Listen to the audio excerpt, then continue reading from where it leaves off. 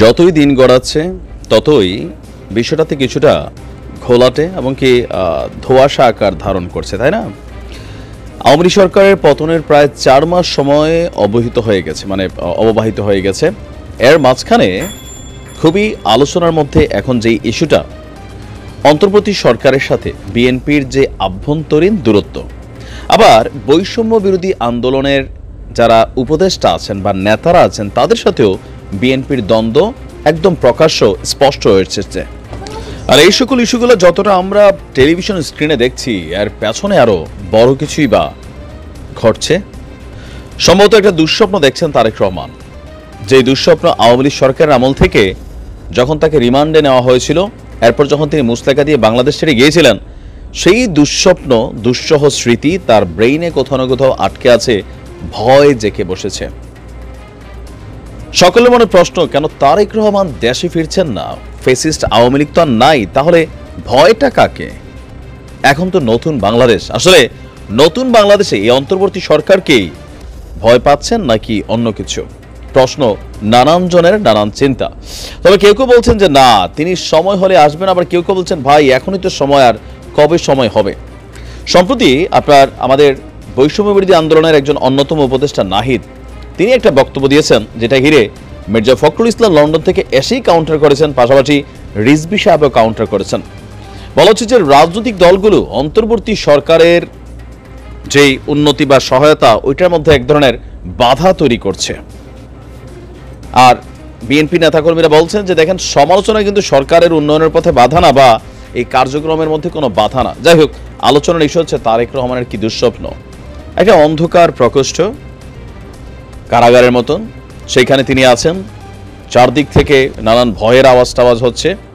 এর পাশাপাশি আরো হয়তো নানান কিছু তিনি দেখছেন, সেই রিমান্ড।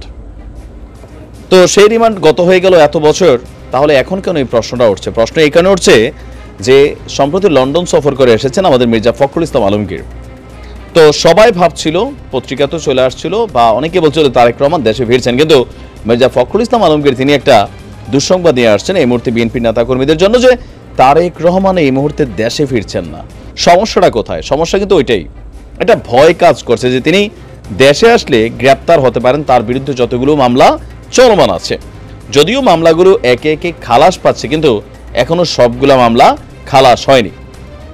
তো মির্জা ফখরুল ইসলাম আলমগীর তারেক রহমানের কাছ থেকে বার্তা এনেছেন যে ভারপ্রাপ্ত চেয়ারম্যান সাহেব বলছেন আপনারা ধৈর্য ধরেন, একটা বিশাল বিজয় এসেছে ছাত্র জনতার আন্দোলনে।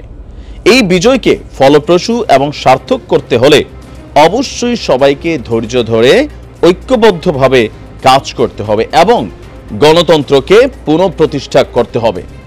গণতন্ত্রের যে প্রথম পদক্ষেপ, নির্বাচনের জন্য সকলকে প্রস্তুতি নিতে হবে। বলছে যে মির্জা ফখরুল ইসলাম সাহেব বলছিলেন ওনার বিরুদ্ধে অনেক মিথ্যা প্রতিহিংসামূলক মামলা রয়েছে, সেগুলো প্রত্যাহার করা হলে বা আদালতের মাধ্যমে শেষ হলে তিনি ফিরবেন। এখন এই যে নির্বাচন ইস্যুতে বিএনপি দিনরাত কথা বলছে, সমন্বয়করা কি ভাবছে? আপনি হাসনাদের বক্তব্য শুনছেন। যদি মুরব্বীরা মনে করে যে নতুন প্রজন্মকে বাদ দিয়ে সংসদে যাবেন বা ক্ষমতার মসনদে যাবেন, তাহলে আপনারা ভুল বুঝছেন। এর মাঝখানে বৈষম্য বিরোধী আন্দোলন তারা রাজনৈতিক প্ল্যাটফর্মে পরিণত হচ্ছে, অলরেডি অনেক দূর গড়িয়ে গেছে তাদের কার্যক্রম। নানান চিন্তা ভাবনা, ভয়, সকল কিছু কিন্তু জেঁকে বসেছে বিএনপির একদম টপ লেভেলের নেতৃত্বের মধ্যে। তবে তারা চেষ্টা করছে যথেষ্ট পরিমাণ সহনশীলতা, পজিটিভ কাজের মাধ্যমে দেশবাসীকে আপনার পজিটিভলি ভাইব করতে। কিন্তু ওই যে মাঠে ময়দানে থাকা 2-4% যারা বিচি নেতা আছে, এদের কারণে কিন্তু আবার অনেক জায়গায় সমালোচিত হচ্ছে।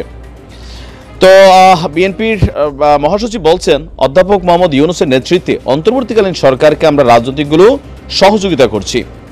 আমরা প্রত্যাশা করি ন্যূনতম যেসব সংস্কার জরুরি তা সম্পন্ন করে তারা নির্বাচন অনুষ্ঠানের পথে যাবেন। কিন্তু নির্বাচন কত দূর? মাত্র গেল কয়েকদিন আগে একজন উপদেষ্টার বক্তব্যে পরের দিন আমাদের প্রেস উইং থেকে বলা হলো এটা তার ব্যক্তিগত মতামত, প্রধান উপদেষ্টা নয়। তো সেই জায়গা থেকে হয়তো নানান ভয় টয় কাজ করছে। আবার বেগম খালেদা জিয়া তিনি বিদেশ যাবেন, কিন্তু যাচ্ছেন না, মানে কোথাও না কোথাও তো একটা মানুষের মধ্যে একটা কি বলে যে সন্দেহ কাজ করছে, আসলে তারেক রহমান দেশে আসলে তিনি কি আবার গ্রেপ্তার হবেন? যে মামলাগুলো আছে সেই মামলাকে তাকে আবার জেলে যেতে হবে, আবার কি তাকে রিমান্ডে নেওয়া হবে, আবার কি সে 1/11 দুঃসহ স্মৃতি আসতে পারে?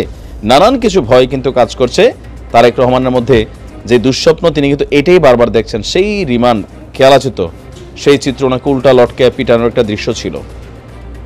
সেই আর্মি অফিসাররা এখন চাকরিতে আছে কিনা বা যারা রিমান্ডে নিয়েছিল র্যাব পুলিশ তারা আছে কিনা সেটা হচ্ছে কথা। ভালো থাকুন, আসসালামু আলাইকুম।